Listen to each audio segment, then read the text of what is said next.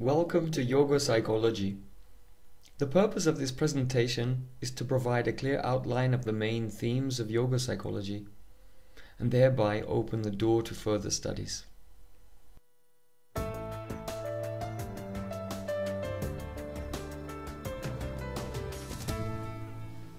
As a prelude to our discussion, let us take a moment to contemplate the richness and diversity of human nature. From the moment we are born, we are destined to confront a myriad of issues so complex that generation after generation pass away without ever resolving them. What is it that makes us skeptical or religious, artistic, humorous, dangerous, or optimistic?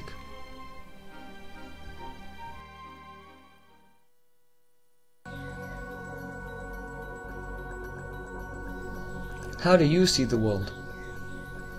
Despite the immense variety of worldviews, there are only two basic perspectives.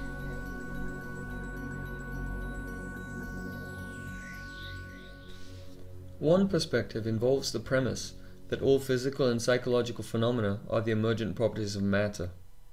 Atoms combine together to make molecules, and molecules combine together to make, well, everything. Even our consciousness is the product of electrical activity in the brain. Let's unpack that premise and see what's inside. From this perspective, reality is fundamentally mechanistic. All the answers to the mysteries of human nature lie in the structures of matter. Thus, emotions, desires, and free will have no objective existence.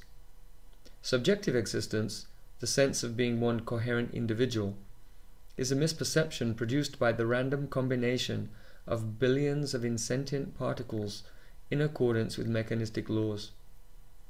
This perspective informs the discourse currently prevalent in the academic community. Now let's look at the world from another perspective.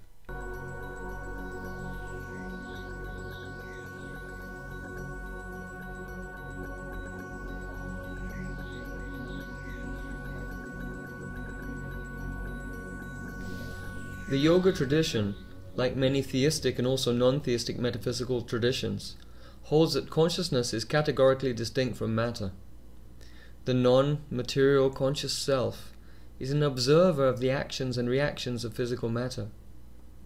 As the sun situated in one place in the sky illuminates all directions by its rays, similarly, the self situated in one place animates the entire body with consciousness. When we unpack this premise, an entirely different value system emerges. Questions related to eternality, destiny, and ultimate purpose suddenly become the priority issues.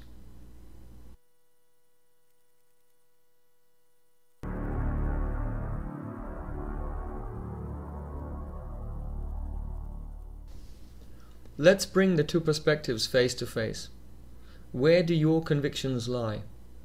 This is not the false dilemma of science versus religion. Here we are simply examining the directional nature of conviction itself towards a matter-based or a consciousness-based perspective. There is no empirical evidence to conclusively prove either perspective.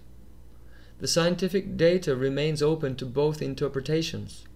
Thus, partiality towards either the mechanistic, matter-based perspective or the consciousness-based perspective is essentially a non-rational commitment. That non-rational conviction comes first, and then reason comes later to advocate upon its behalf. So why do we hold any particular worldview? If reason is not the reason, then what is? To answer that question, we'll have to come down to earth.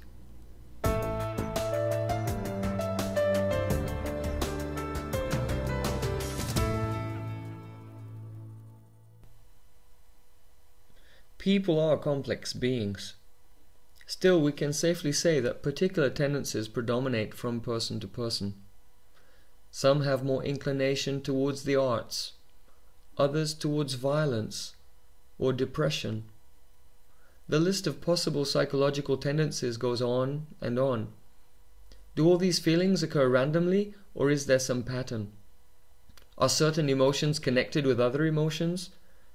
If we were to discover some sort of sequence, could we formulate a map of consciousness? The yoga tradition says yes.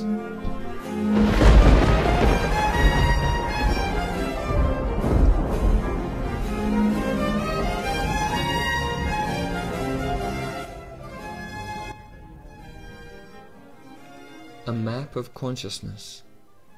An interesting notion. But how would we identify the terrain? What would constitute the directions and dimensions of such a map?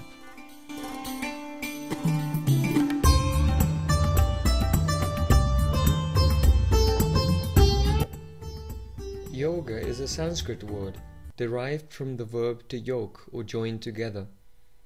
In the context of philosophy, the word yoga is also a technical term. The most famous ancient yoga text, Bhagavad Gita, defines yoga as a state of perfect equilibrium of mind. Similarly, the Yoga Sutras of Patanjali define yoga as the complete restraint of fluctuations in the mind. The basic premise of yoga is that the mind is a subtle material interface through which the conscious spiritual self interacts with the physical world. The mind can be compared to the surface of a lake. When the water is still, it provides a clear reflection of one's face.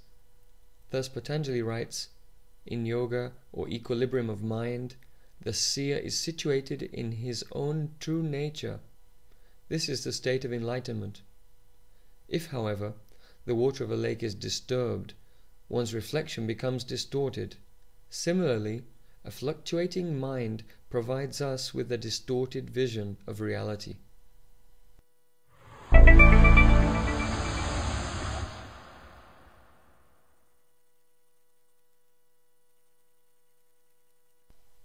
The Yoga Sutra defines the nature of that distortion as identification with the fluctuations. In other words, the conscious eternal self loses sight of his inherent spirituality and instead identifies himself with matter. At this point, two obvious questions arise. Firstly, what are the fluctuations of the mind? And secondly, what are the methodologies to overcome them?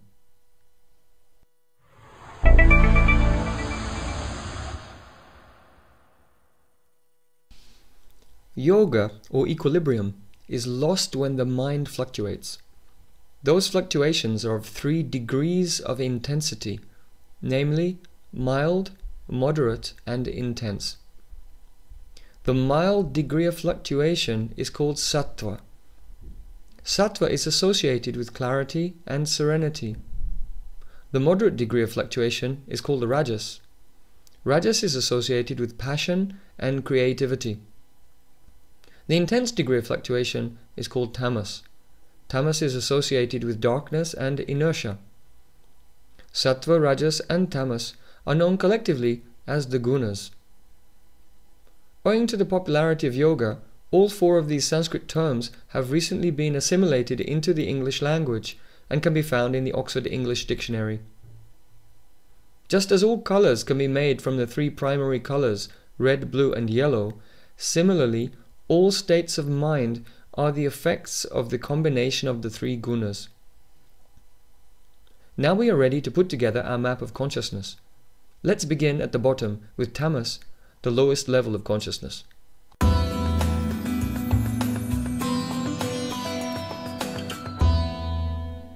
Tamas, the intense degree of fluctuation, is characterized by anger, intolerance, hatred, violence, the tendency to quarrel and to be miserly, laziness, fear, lamentation, dishonesty, depression, apathy, and addictions.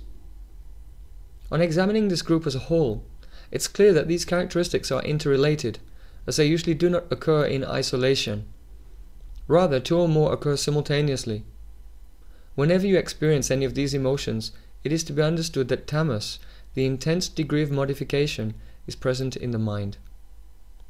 A person whose consciousness is predominated by tamas will be prone to drink and smoke heavily, stay awake at night, wake up late in the day, spend hours in front of the TV, eat a great deal of meat and junk food, bathe irregularly, bicker with others, and inhabit an untidy living space.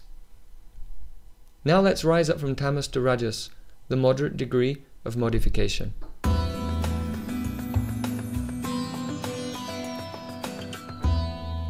Psychological tendencies arising from rajas include intense endeavor, pride, dissatisfaction, reductionism, material ambition, hedonism, the practice of religion motivated by material gain, belligerence, and a preoccupation with sex.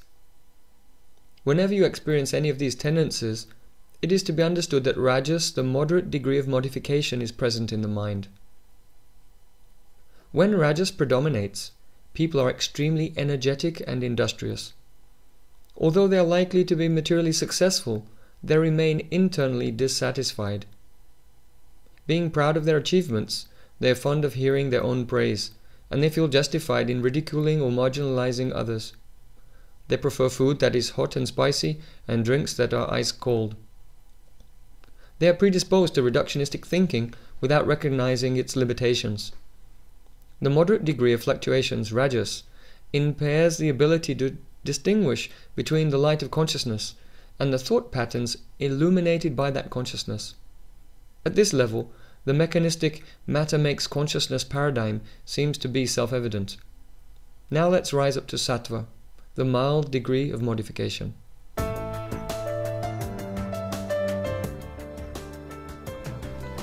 Psychological tendencies arising from sattva include peacefulness, sense control, truthfulness, generosity, responsibility, fine powers of discrimination, humility, tolerance, detachment, compassion, contentedness, and faith in the existence of the soul. When sattva predominates, one can readily discriminate between one's timeless consciousness and the temporary coverings of the body and the mind. Although a person affected by rajas may theoretically accept the existence of the soul, he has no practical realization. In sattva, the nature of consciousness is self-evident. All the virtues that comprise goodness come naturally to a person in sattva. Now we will look at a summary of our map of consciousness.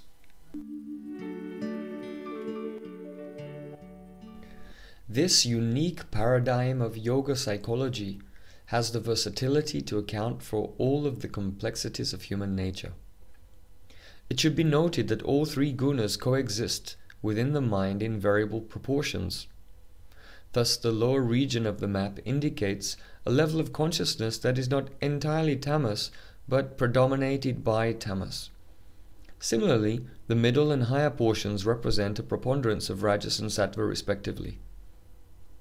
Let's consider the relationship between the three levels. It is important to recognize that rajas is unstable. The intense activities impelled by rajas invariably result in a drop down to the fatigue and inertia of tamas. Those in rajas tend to be successful, but eventually burn out mentally and physically. One can find innumerable examples of this among popular celebrities in entertainment and sports. Everyone likes to think that they are free and independent.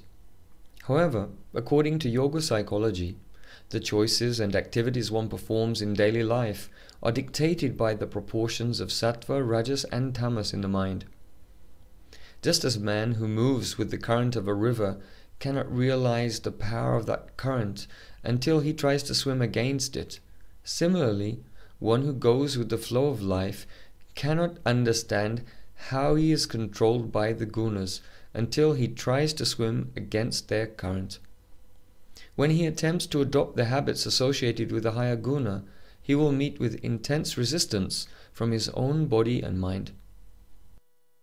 For example, a person in tamas prefers to sleep late, eat junk, smoke, and so on. He feels as if he is living according to his own free choice. However, if he were to try to adopt the habits associated with sattva, by conquering his addictions, rising early in the morning, and eating healthy vegetarian food, he would experience a formidable psychological and physical resistance. A person may not notice the presence of law enforcement until he breaks the law. Similarly, one cannot be aware of the gunas until one tries to contradict them. Yoga practice contradicts the gunas and thereby allows the student of yoga psychology to develop first-hand experience of the dynamics of sattva, rajas and tamas. Take a moment to consider where you would locate yourself on the map.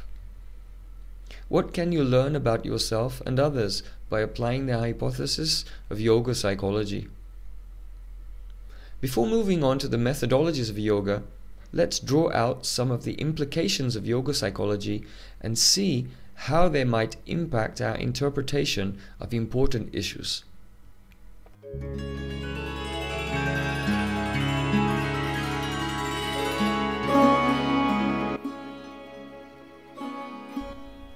The search for happiness and fulfillment motivates all human endeavor. In Rajas, one feels that sensory pleasure is the cause of happiness. However, absorption of the mind in sensory pleasure intensifies Rajas, along with its psychological aftermath of dissatisfaction and ultimately depression. Thus one becomes trapped in the tragic cycle of repeatedly mistaking the cause of one's dissatisfaction for a source of further happiness. This, in essence, sums up the plight of humankind in today's consumer society.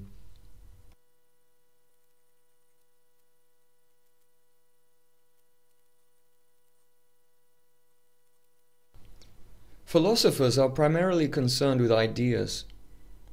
Yoga psychology suggests that all rational ideas are simply constructed to support the non-rational convictions we hold as a result of our level of consciousness.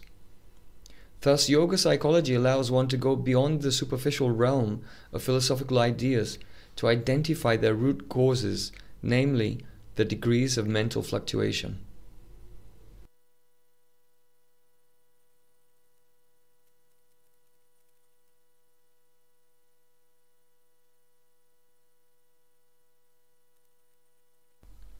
Is morality relative or universal? Yoga psychology suggests that an activity is moral only if it elevates the consciousness. Therefore, behavior deemed appropriate would be relative to one's level in the gunas. For example, those in tamas can uplift their consciousness by adopting the habits associated with rajas, but those in sattva would degrade their consciousness by the very same habits. Thus, yoga psychology provides the foundation for a universal, yet context-sensitive morality, as opposed to oppressive one-size-fits-all value systems.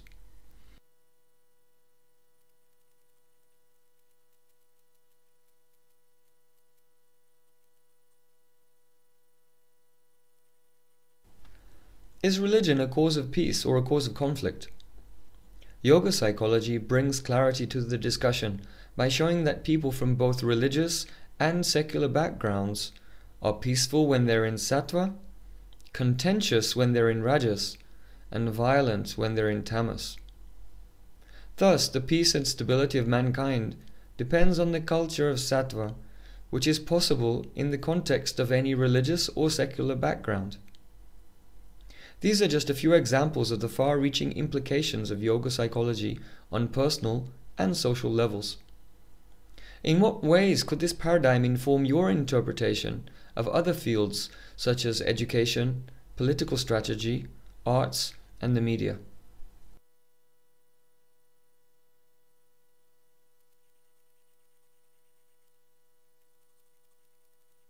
Returning to our map of consciousness, as you can see, yoga is both the name of the state of equilibrium beyond sattva and also the name of the process to attain it.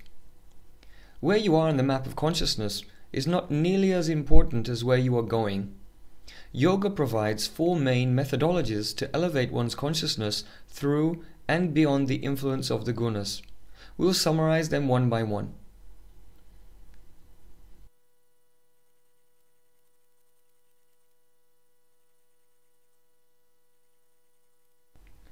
Karma yoga means the yoga of duty. Karma yoga can be practiced easily by anyone at any time. This method involves adherence to the responsible performance of one's duties in life, while carefully observing the fluctuations of one's mind. In this state of objective self-awareness, one becomes habituated to cultivate the characteristics of sattva and to let go of the reactions of rajas and tamas as and when they arise. In this way, every moment of life becomes transformed into valuable yoga practice.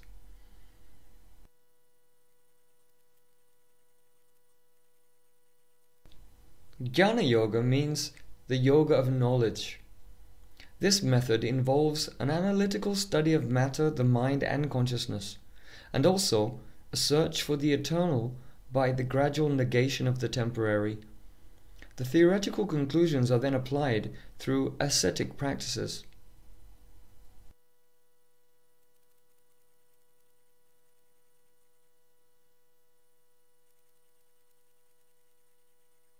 Ashtanga Yoga refers to the eightfold practice as described by the sage Patanjali in his Yoga Sutra.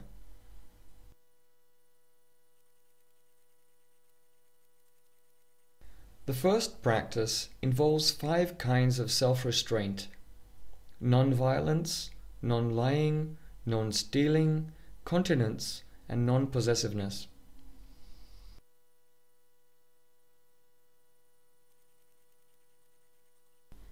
The second practice involves 5 observances: cleanliness, contentment, austerity, study, and surrender to providence.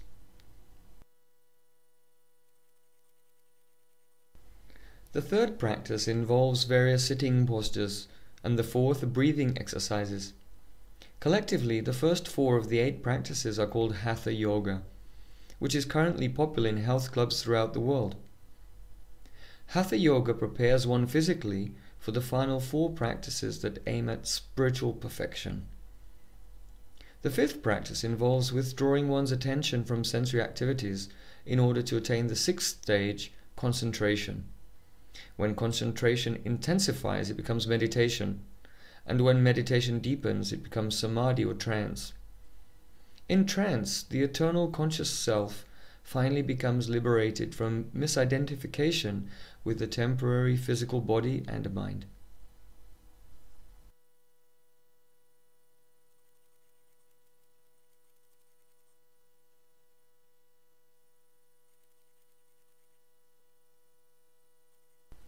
The 4th methodology for raising the consciousness up to sattva and beyond is called Bhakti Yoga, the yoga of devotion. The Bhakti Yoga tradition posits that all individual conscious selves emanate from the Supreme Conscious Self, just as innumerable photons emanate from the Sun. The root cause of all fluctuations in the mind is indifference to that Supreme Self. Thus the fluctuations automatically subside without extraneous endeavor for one who develops an attitude of love towards the divinity. In Bhakti Yoga, the stages of concentration, meditation, and trance outlined in the Ashtanga Yoga system are easily and naturally attained by devotion to the Supreme Consciousness, expressed through the arts such as poetry, music, drama, dance, and architecture.